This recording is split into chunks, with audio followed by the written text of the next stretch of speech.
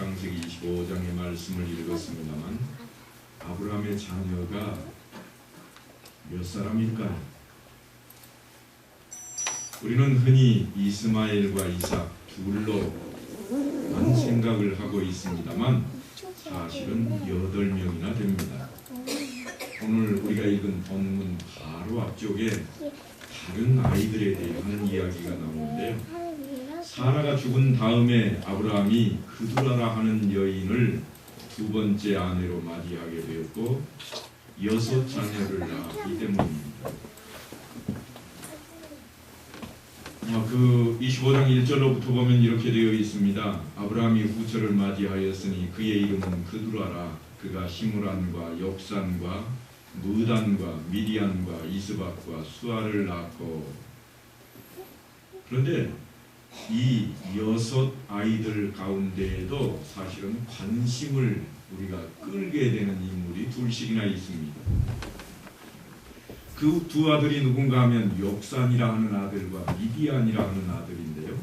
이들은 이스라엘 역사에 있어서 그 행위가 옳고 그르다 이런 것을 떠나서 아주 중요한 역할을 담당하는 사람들이 됩니다. 역사는 아수르 족속의 조상이 되는데요. 아수르라고 하는 이 족속들은 나중에 이스라엘이 흥왕하게 되었다가 또 분열 왕국을 만나고 마지막 멸망할 때에 남북 왕국으로 나뉘어서 멸망할 때 북왕국인 이스라엘을 정복했던 나라가 어딘가 하면 아수르입니다. 그러니까 하나님께서 후일 이스라엘을 책망하기 위해 사용하시는 민족이 바로 이 아수르 민족입니다. 그 조상이 누군가 하면 역산입니다. 그리고 하나님께서 또한 모세를 통해서 하나님을 경배하게 만드는 과정 가운데 이용한 그 민족이 어떤 민족인가 하면 미디안이라고 하는 민족입니다. 이 미디안이라고 하는 이 아들을 통해서 낳은 그 후손 가운데 누가 있는가 하면 이드로라고 하는 모세의 장인이 있습니다. 이집트 사람을 죽이고 광야로 도망을 했던 모세가 어디로 가는가 하면 미디안 광야로 갑니다. 그래서 그곳에서 누구를 만나는가 하면 자기의 장인이 되는 이드로를 만나게 됩니다. 그런데 이 이드로가 어떤 사람인가 하면 미디안의 제사장이었습니다. 다시 말하면 미디안 족속도 사실은 하나님을 믿는 믿음의 족속이었다고 하는 것입니다. 물론 아브라함처럼 믿음으로 순정적인 그러한 모습을 띠고 있지는 않지만 그들 속에도 하나님을 섬기는 그러한 부분이 있었습니다. 그런데 그것을 통해서 하나님께서 모세를 가르치게 만들어 놓습니다. 성서학자들은 모세에게 여호와 하나님을 가르친 사람이 미디안의 제사장이며 모세의 장인인 이드로였다고 그렇게 보고 있습니다. 물론 하나님께서 모세에게 나타나시고 야훼라 하는 이름을 가르쳐 주시고 또한 여호와의 신앙을 전수해 주시지만 실제로 함께 살면서 이것저것 간섭하는 인물이 누구였는가 하면 이드로입니다. 후일 여러분이 잘 아시는 대로 모세가 이스라엘 민족들을 이끌고 갈 때 1000부장과 100부장과 50부장을 세우는 일도 이드로에 의해서 제안이 되었고 또한 제사장을 세우는 그 모습들 가운데에도 이드로의 역할이 아주 크게 작용을 했습니다. 그런데 어찌 아브라함으로부터 전수받은 하나님의 신앙을 미디안 족속인 이 이드로가 500년이나 긴 세월이 흐른 뒤에 모세에게 가르쳐줄 수가 있었을까요? 그것은 하나님께서 간섭하심 때문에 가능한 일입니다. 몇 년 전에 아프리카 최대의 섬인 마다가스카르 섬이라고 하는 그 섬이 있는데 그 섬 건너편에 아프리카 대륙의 한 오지에서 고대 유대교를 믿는 부족이 발견이 되었습니다. 아직까지도 유대 민족들이 하나님을 섬기는 것처럼 이 아프리카 땅 오지에서 검정 옷을 입고 모두가 다 마치 우리가 텔레비전에서나 보는 그 율법 학자들과 바리새인들이 사는 그 모습 그대로 살고 있는 아프리카 원주민을 만나게 되었다고 하는 것입니다. 원래 유대교의 상당 부분은 다 요즘 옛날 형식을 잊어버렸습니다. 성경에 기록되어 있는 모습들을 다 잊어버리고 요즘 유대인들이 사는 것들은 그들이 정해놓은 율법의 가지들, 다시 말하면 자신들이 지켜야 되겠다고 세워놓은 규례들에 따라서만 살아가고 있는데, 아직도 이 아프리카 땅에 살고 있는 이 부족들은요, 일찌감치 모세 시대에 살던 그 모습 그대로 살아가고 있다고 하니까 참으로 놀라운 모습입니다. 물론 그들을 통해서 유대교를 연구하는 학자들에게 큰 도움이 되었다고 하는 그러한 보도를 제가 접한 바가 있습니다. 이렇듯 아브라함의 아들 또한 미디안의 후손 이드로는 모세에게 아브라함의 신앙을 보존했다가 전수해 준 것이 틀림이 없습니다. 물론 이드로가 가르친 것은 하나님의 법을 아브라함을 통해서 가르친 것은 아닙니다. 자기가 알고 있는 것, 자기가 지켜왔던 것을 가르쳤는데 그것이 뜻하지 않게도 하나님을 섬기는 온전한 모습이 되었다고 하는 것입니다. 사람들은 모든 일들이 우연히 또는 사람들의 힘에 의해서 이루어진다고 생각을 합니다만 역사 전체는 보이지 않는 하나님에 의해서 늘 이루어져 가고 있습니다. 이것을 우리는 통칭해서 뭐라고 그러는가 하면 하나님의 예정이라 그렇게 말을 합니다. 그래서 이제 신학자들은 예정론이라 하고 한 과목으로 한 학년 동안 공부를 가르치고 신학생들은 배우고 합니다만 우리는 오늘 그 중에 아주 간단한 부분만 맛을 좀 보고자 합니다. 하나님의 예정, 그 출발점은 어디로부터 시작이 되는가 하면 하나님의 절대 주권으로부터 시작이 됩니다. 하나님께서 인간을 만들어 놓으시고 선물로 우리에게 준 것 가운데 가장 크고 복된 것이 무엇이라고 했는가 하면 아마 기억하실 거예요. 우리에게 자유의지를 주셨다 하는 것입니다. 그래서 인생들은 누구나 어떤 일을 당하든지 무슨 일을 만나든지 이렇게 할까 저렇게 할까 결정할 수 있는 그러한 의지를 다 가지고 있습니다. 하나님께서 이미 우리에게 주신 겁니다. 그러니까 하나님을 내가 말씀을 그대로 믿고 따를 것인가 말 것인가 하는 것까지도 우리에게 하나님께서는 자유의지로 허락을 하셨습니다. 이것이 무엇으로부터 태동이 되는가 하면 하나님의 주권적인 절대 주권적인 그 선택으로부터 시작이 되는 겁니다. 그것을 우리는 이제 애정이라 그렇게 말을 합니다. 멸망과 구원은 하나님이 정하신 것이요 하나님의 예정은 누구도 변경할 수가 없습니다. 그렇다면 이제 우리에게 의문이 좀 생깁니다. 뭔가 하면 사람들의 멸망과 구원이 이미 예정되어 있다면 너무 불공평한 처사가 아니냐. 1번부터 10번까지는 하나님 나라에 들어갈 수 있도록 이미 선택을 받았고 11번부터 20번까지는 지옥 가도록 택해져 있었다. 그러면 너무나 불공평하다. 그런 이야기입니다. 또 하나 중요한 의문이 더 있습니다. 그게 뭔가 하면 내가 택함을 받은 것인가 아니면 버림을 받은 것인가 하는 겁니다.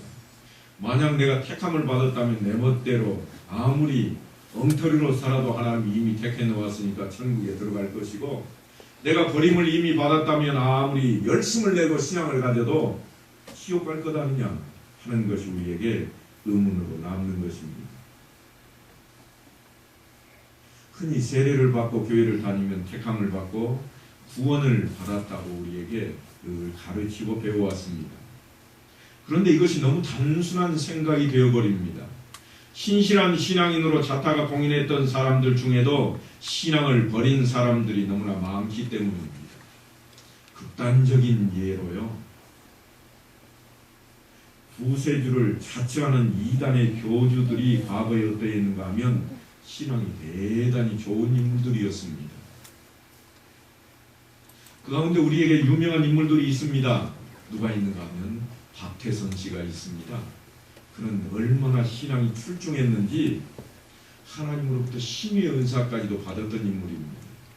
그저 손 얹고 기도만 하면 병자가 병을 낫고 누구를 향해서 외치면 그가 깨끗해지는 놀라운 역사까지도 누렸던 그러한 인물입니다.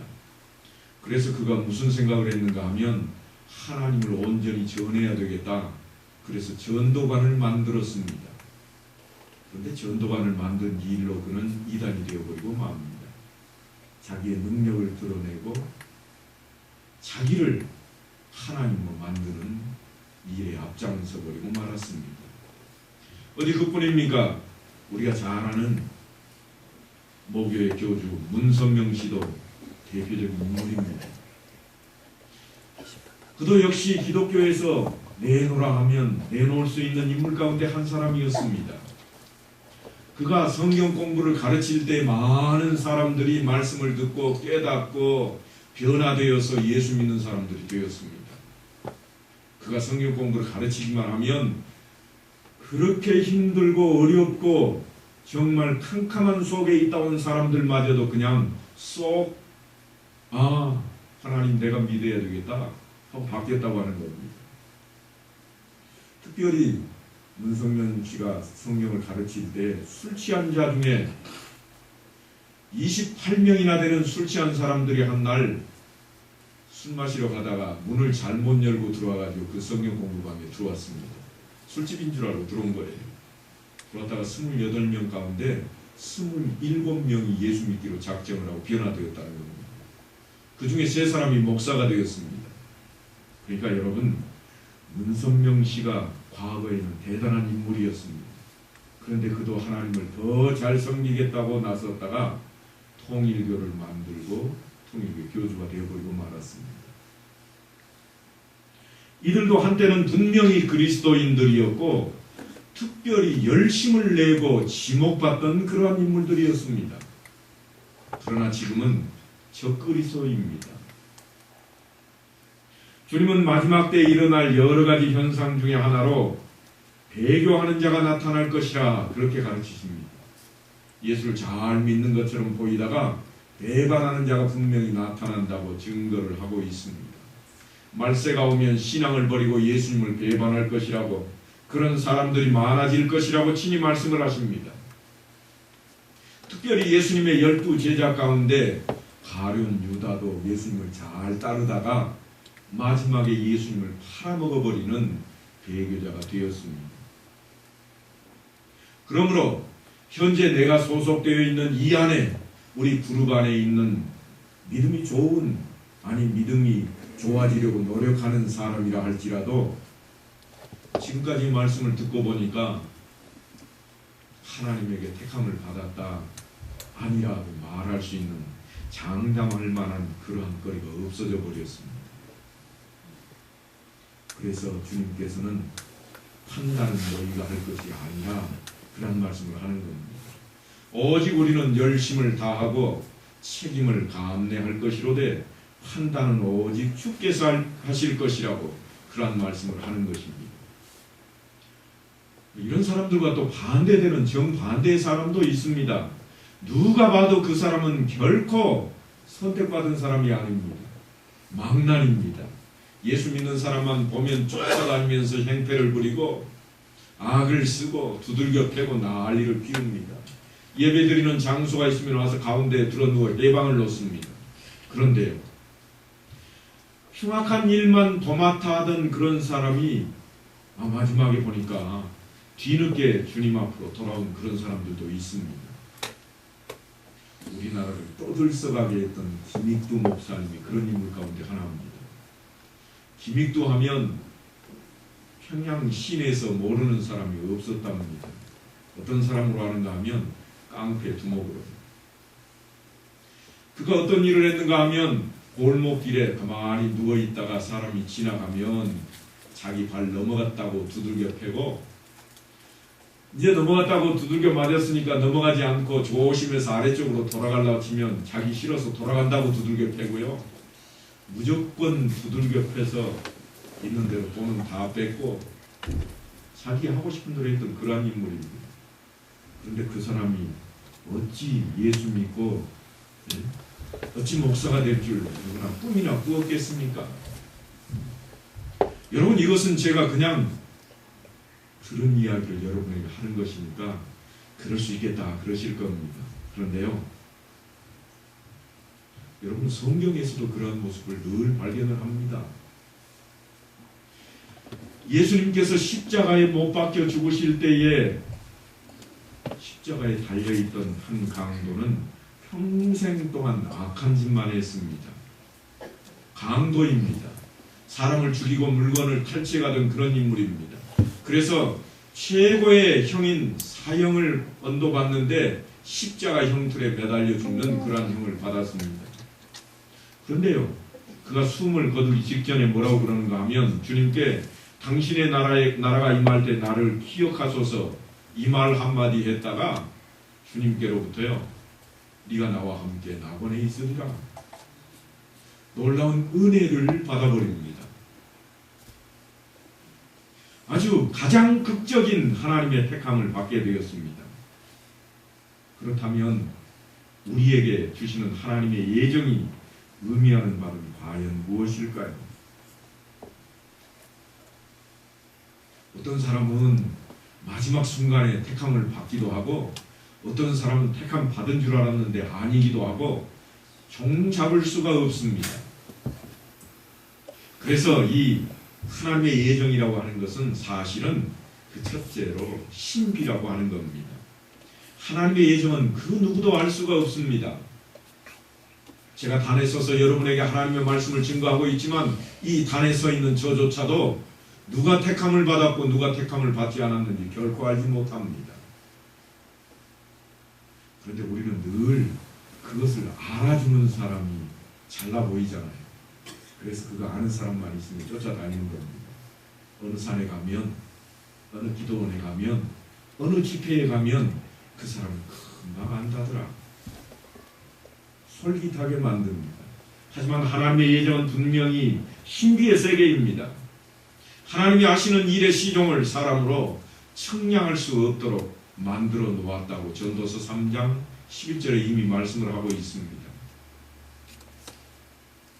그렇다면 하나님께서 이렇게 정하시는 게 공평한 처사가 아니다, 그렇게 우리 생각할 수 있습니다. 그런데 결코 불공평한 처사는 아닙니다. 왜냐하면 만드신 분이 하나님이시거든요. 왜냐하면 주인이 누군가 하면 하나님이시거든요. 버릴 것도 모을 것도 다 하나님의 소유입니다.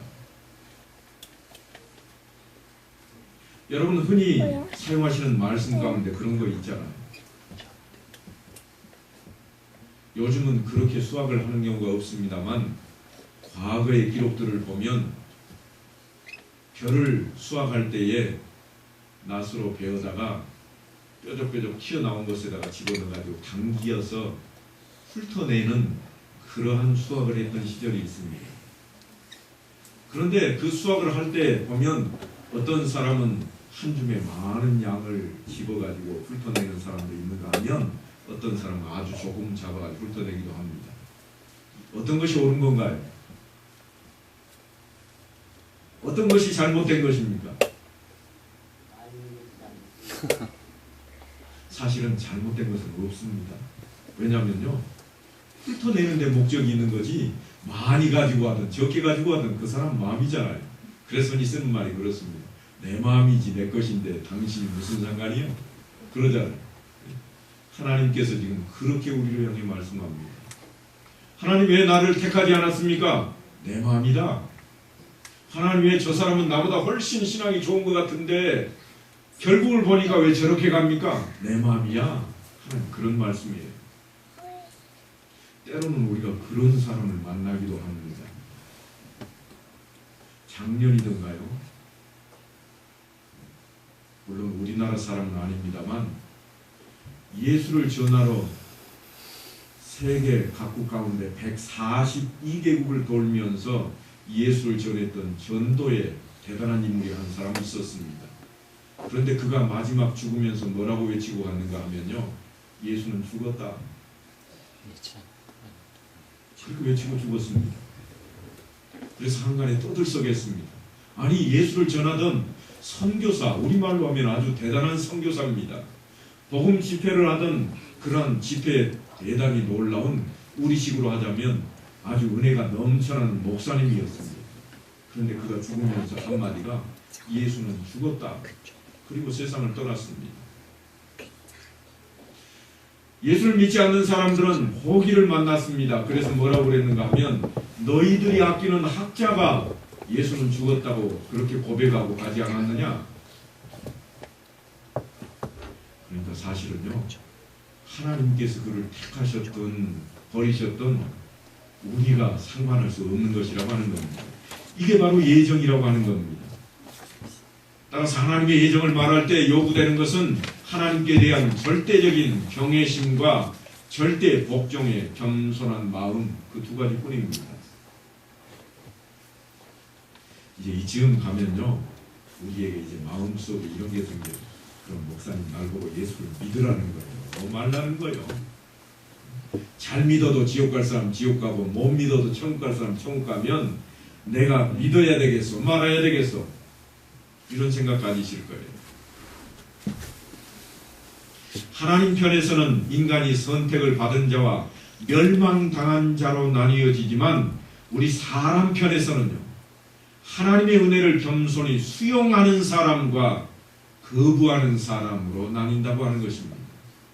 이것이 하나님의 택함의 원리입니다.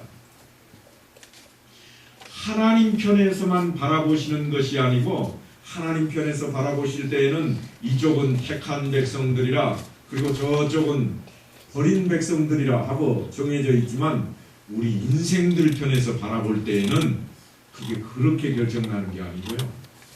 하나님의 은혜, 거저주는 그 은혜를 감사히 수용하는 사람들, 그리고 난 싫어 하고 거부하는 사람들로 그렇게 나뉜다고 하는 것입니다.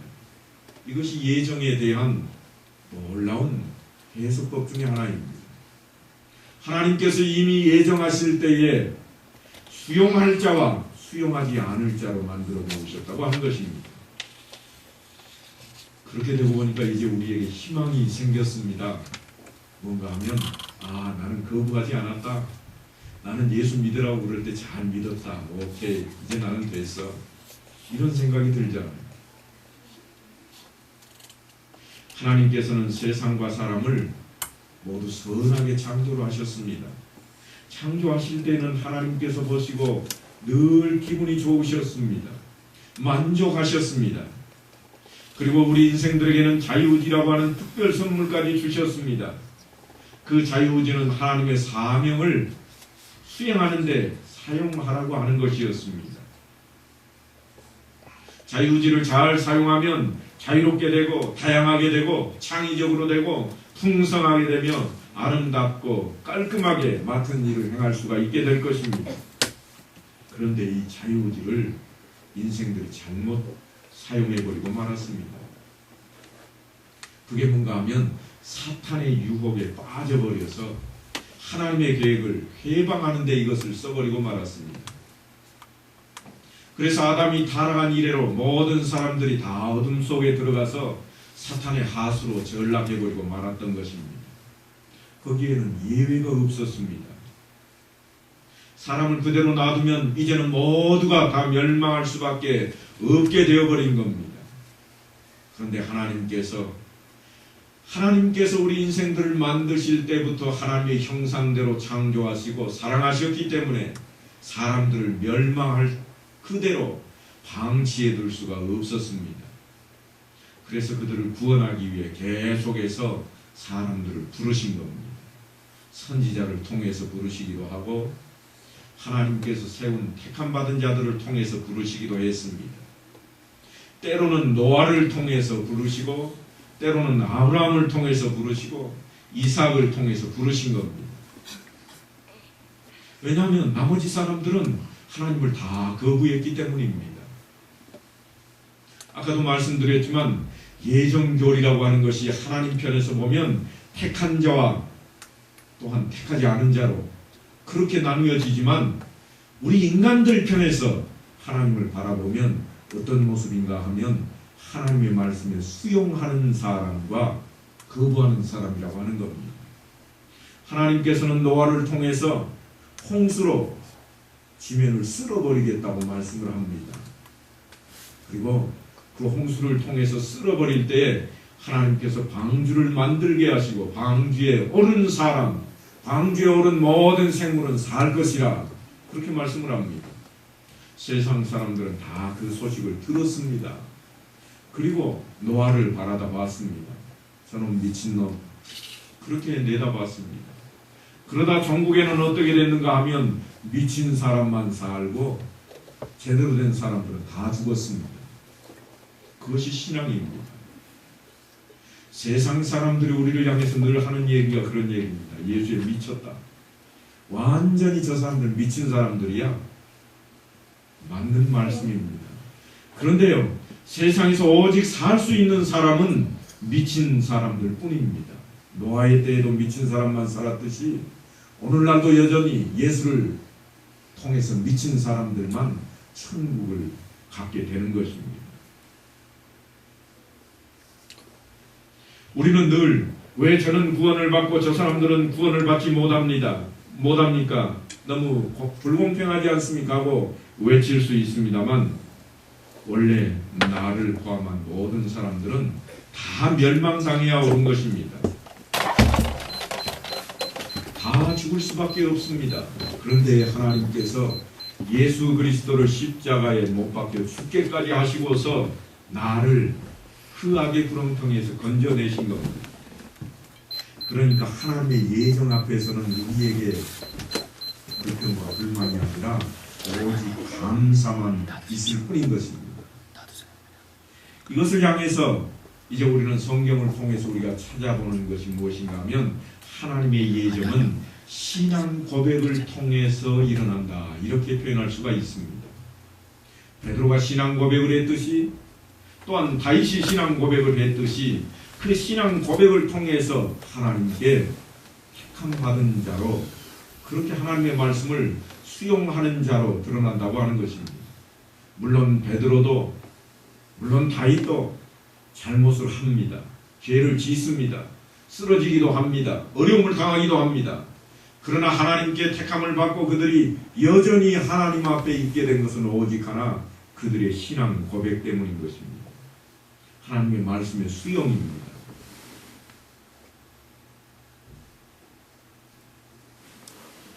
사랑하는 성도 여러분, 하나님의 예정론은 사실 운명론과는 전혀 관계가 없습니다. 운명론이라고 하는 것은요, 이미 정해져 있다고 하는 것을 가정으로 해서 세워놓은 것입니다. 그것은 인간들이 이미 범접할 수 없는 어떤 정해진 이치 이런 것을 말하는데 얼핏 보면 하나님의 예정론도 운명론처럼 보여집니다.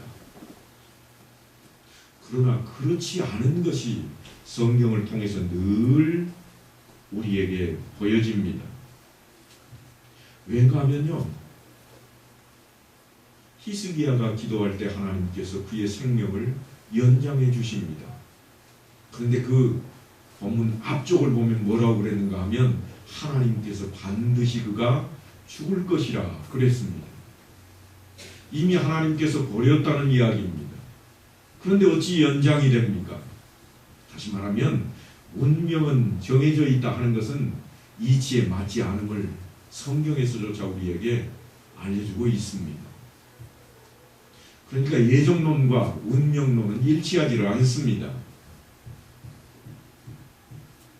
자신이 멸망당하기로 이미 결정되어 있다는 것을 아는 사람은 아무도 없습니다. 미국에서요, 한 교도소에서 이런 시험을 했습니다. 18사람의 범죄자를 대상으로 해서 실험을 했는데 이 대상은 모두 중범죄자들로서 하나같이 불행한 가정에서 태어났고 마음에는 깊은 상처를 가지고 있는 사람들이었습니다. 그 18사람을 조사해 본 결과 수학 능력을 갖춘 사람은 아무도 없었습니다. 다시 말하면 조금 배우면 깨달을 수 있는 사람이 아무도 없었다고요. 더 쉽게 말하면 멍청이 집단이었습니다. 그런데 모두가 문명이거나 문명에 가까운 그 사람들에게 뭐라고 이야기를 했는가 하면 이렇게 이야기를 했습니다. 여러분은 지금까지 어리석고 비열하고 연약함을 행할 자유를 마음껏 행사하며 살았습니다. 다시 말하면 너희는 비열한 놈들이다. 너희는 어리석은 놈들이다. 너희는 연약한 놈들이다 하고 그렇게 말을 하고요. 그렇지만 지금 이 순간 자신을 넘어서 성장할 책임을 내다봐라. 불의와 맞서서 싸울 책임으로 그렇게 살아라. 그러면 너희를 살려주겠다. 그랬다는 거예요. 무슨 얘기인가 하면요. 사형수들, 그것도 제일 못난 사형수들을 모아놓고 너희가 이것저것 지키면 살려줄게. 그렇게 했다는 거예요. 그렇게 해놓고 보니까요. 어떤 현상이 일어났는가 하면 아주 길고 어려운 과정이었는데 그들이 그 많은 시험을 다 통과했습니다. 18사람 가운데 17사람이나 다 일을 해냈습니다. 지금부터 가르치는 것을 배워라 그랬더니요. 아무것도 배울 능력이 없는 사람들인데도 배웠다는 거예요. 무엇 때문에 배웠을까요? 그들은 한결같이 대답을 합니다. 살기 위해서 배웠습니다. 살려고 하는 마음을 갖게 되자 그들은 모든 것을 했습니다. 마지막 시험 과제가 뭐였는가 하면 총을 들고 겹겹이 지키고 있는 그 교도소에서 저 담장을 빠져나가는 사람은 이제 면제다 하고 외쳤습니다. 그런데요. 일주일 만에 17명이 다 담장 밖에 있었다는 겁니다. 얼마나 놀라운 일입니까? 생명이라고 하는 것은 정말 놀라운 일입니다. 그런데 이 17명 가운데 후일 12년이 지난 뒤에 이 교도소에서 조사를 받더니요. 17명, 밖으로 빠져나간 사람이 18사람 중에 17명이었는데 그 17명 가운데 박사학위 받은 사람이 3사람, 그리고 특별히 학교에서 교사하는 사람이 나머지 전부더라고요. 어떤 사람은 초등학교에서, 어떤 사람은 중고등학교에서, 어떤 사람은 교도소에 가서 가르치는 사람이 다 되어 있더라는 거예요. 제가 지금 무슨 말씀을 드리고자 하는가 하면 운명이라고 하는 것이 우리에게 돼 있는 게 아니에요.